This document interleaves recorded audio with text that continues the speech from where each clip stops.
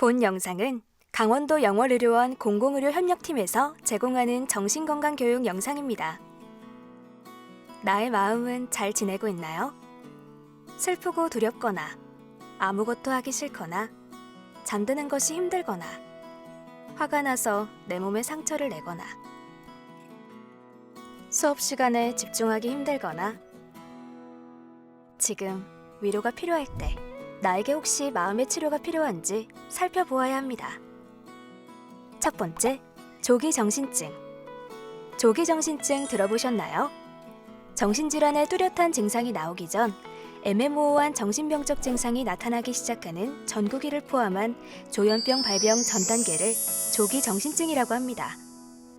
조현병은 어느 날 갑자기 나타나는 것이 아니라 일정한 단계를 통해 진행됩니다. 조현병의 진행 과정, 전구기, 발병 직전에 경미한 변화를 겪는 시기, 급성기, 정신증 증상이 겉으로 드러나는 시기, 회복기, 대부분의 증상이 호전되는 시기. 조기정신증은 청소년기에 발병하기 때문에 애매한 정신병적 증상이 사춘기나 일시적인 스트레스 현상으로 보일 수 있습니다.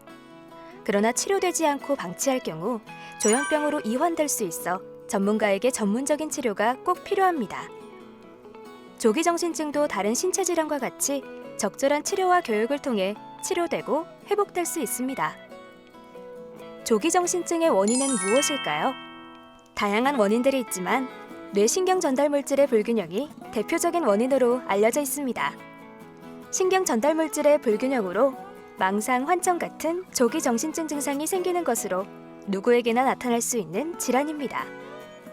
그럼 조기정신증의 증상은 어떤 것들이 있을까요?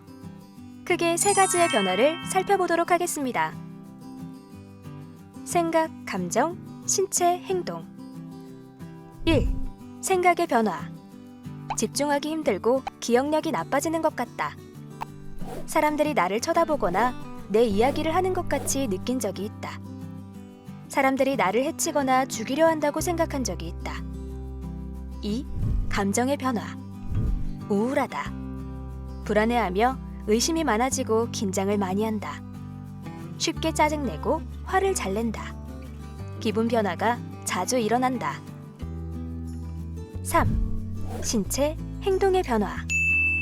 잠을 못 잔다. 식욕이 없어지거나 폭식을 한다. 외모에 신경을 쓰지 않는다. 점차 혼자 있으려 하고 어울리는 것을 꺼린다.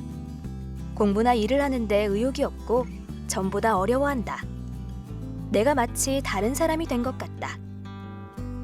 이러한 증상들은 약물 치료를 통해 불균형을 교정해주면 증상을 호전시킬 수 있습니다. 약물 치료는 일시적인 효과가 아니라 조기정신증의 원인을 교정하는 치료입니다. 조기정신증 치료 전 증상의 기간이 짧을수록 치료 반응이 효과적으로 적절한 평가 및 치료는 회복을 촉진하고 만성화를 예방할 수 있습니다. 두 번째, 아동, 청소년 우울증. 마음의 감기라고도 알려져 있는 우울증은 성인뿐만 아니라 아동과 청소년에게도 흔히 발견되고 있습니다. 우울한 기분의 정도가 심하고 2주 이상 지속되며 그것이 생활에 큰 영향을 미치게 되는 상태를 말합니다. 아동, 청소년 우울증의 원인은 무엇일까요? 크게 두 가지의 원인이 있는데요. 첫 번째, 생화학적 요인. 뇌 안에 있는 신경 전달 물질 노르에피네프린, 세로토닌 등과 호르몬, 갑상선, 성장 호르몬, 시상하부, 뇌하수체, 부신피질축 이상, 생체 리듬의 변화와 관련이 있다고 합니다. 두 번째, 유전적 원인. 가족 중에 우울증을 겪었다거나 다른 기분 장애를 겪었던 사람이 있었다면 우울증에 걸릴 확률이 더 높아지는 가족력이 원인이 될 수 있습니다. 세 번째, 환경적 원인. 가족의 경제적 어려움, 학교 성적, 만성 질병, 중요한 무언가를 잃었다는 상실감, 혹은 가족의 불화나 형제자매의 출생 등 중요한 가족의 변화 또는 또래 관계에서의 어려움 등으로 발생할 수 있습니다. 그럼 아동, 청소년 우울증 증상은 어떤 것들이 있을까요?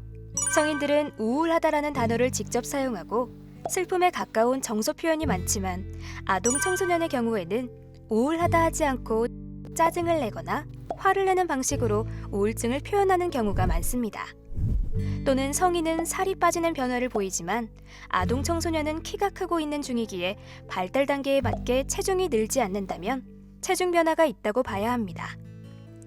아동의 경우 짜증내고 징징거리기, 심심하고 재미없다고 말하기, 몸이 아프다고 말하기, 죄책감, 낮은 자존감, 이유 없이 울기 등으로 자신의 상태를 표현하는 경우가 많습니다. 청소년의 경우에는 우울한 내면에는 무기력한 모습, 낮은 자존감, 희망이 없고 비관적인 태도, 죄책감과 스스로를 무가치하게 여기는 마음, 잦은 짜증, 친구관계 위축 등이 있습니다.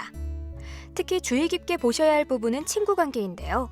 청소년기에 가까운 친구가 없거나 혼자 있는 시간이 많다면 혹시 마음이 아픈 건 아닌지 잘 살펴보아야 합니다. 청소년 우울증을 밖으로 드러내는 행동에는 술, 담배를 시작한다던가 학교 성적이 떨어진다거나 자해 행위가 있을 수도 있는데 자해의 경우에는 손목을 긋거나 하는 행위 외에도 식사 거부 등의 다양한 모습으로 나타날 수 있습니다. 또 성인 우울증은 불면증이 흔한 반면 우울한 청소년은 과수면을 보이는 경향이 더 많고 함께 지내던 친구 집단의 변화가 크게 생기기도 합니다. 그리고 청소년기에는 아동기와 다르게 자살에 대해서 생각할 수 있습니다. 통계에 따르면 4명 중 1명의 청소년이 우울증을 보인 적이 있다고 할 정도로 청소년기 우울증은 매우 흔합니다. 특히 청소년기에는 충동적인 성향이 두드러지기 때문에 자살 시도로 이어진다면 위험한 상황이 발생할 수 있습니다. 우울증 치료 1. 약물 치료. 항우울제를 이용한 약물 치료만으로도 70% 이상 효과를 볼 수 있습니다. 우울증은 증상이 좋아진 이후에도 재발 가능성이 있으므로 최소 6개월 이상은 꾸준히 복용하는 것이 좋습니다. 2. 인지행동 치료. 우울증을 완화시키고 아이의 사고저변에 깔린 부정적이고 비관적인 생각의 틀을 바꾸어주고 사회성 기술 훈련 등을 통해 우울증을 효과적으로 치료하는 데 도움이 될 수 있습니다. 3. 부모 훈련. 부모로 하여금 아이의 우울증에 대해 이해하고 치료에 있어서 협력자가 될 수 있도록 지원하며 긍정적 행동중재 기술을 습득하도록 교육받아야 합니다. 4. 가족 치료. 의사소통, 가족 문제 해결 및 갈등 해결에 초점을 맞추어 이를 통해 아동의 우울한 마음이 유지되게 만들던 가족 간 상호작용이 변하도록 돕고 부모들은 즐겁게 가족들을 돌볼 수 있도록 교육받을 필요가 있습니다. 우울증은 다양한 방법을 통해 치료하고 평범한 일상생활을 유지할 수 있습니다. 세 번째, 인터넷 중독. 인터넷 중독은 컴퓨터 및 스마트폰 사용에 있어서 자율적 통제가 불가능한 것으로 인터넷의 과다한 사용으로 학교, 집, 사회생활 등의 현실 생활에 지장을 받을 정도의 신체적, 정신적 이상 현상을 경험하는 것을 말합니다. 인터넷 중독의 특징은 다른 활동에 비해 월등히 많은 시간을 보낸다. 컴퓨터 및 스마트폰 사용을 그만두는 것에 어려움이 있다. 취미가 사라지고 가족, 친구와 대화하는 시간이 줄어들었다. 대인관계 문제가 자주 발생한다. 인터넷 사용을 위해 중요한 활동을 포기한다. 충동성, 우울감이 증가한다. 인터넷 중독 예방. 우리 이것만 기억해요. 1. 컴퓨터 및 스마트폰은 가족이 함께하는 장소에 둔다. 2.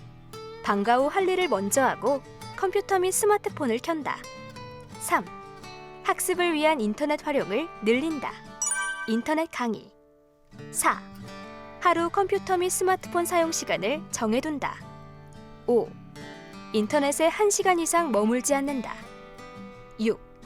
컴퓨터 및 스마트폰 사용 시간과 내용을 기록한다. 7. 나쁜 정보로 의심되면 열지 않고 삭제한다. 8. 인터넷을 할 때는 식사나 군것질을 하지 않는다. 9. 인터넷 때문에 취침 시간을 넘기지 않는다. 10. 다른 취미, 운동, 문화활동을 늘린다. 지금까지 조기 정신증, 아동 청소년 우울증, 인터넷 중독에 대해서 알아보았습니다. 아동 청소년 시기는 학업, 진로, 대인관계에 있어 중요한 시기입니다. 자신의 안녕과 성장을 위해 여러분의 마음의 소리에 귀 기울여 주세요. 영월의료원 공공의료 협력팀에서 함께하겠습니다. 영월의료원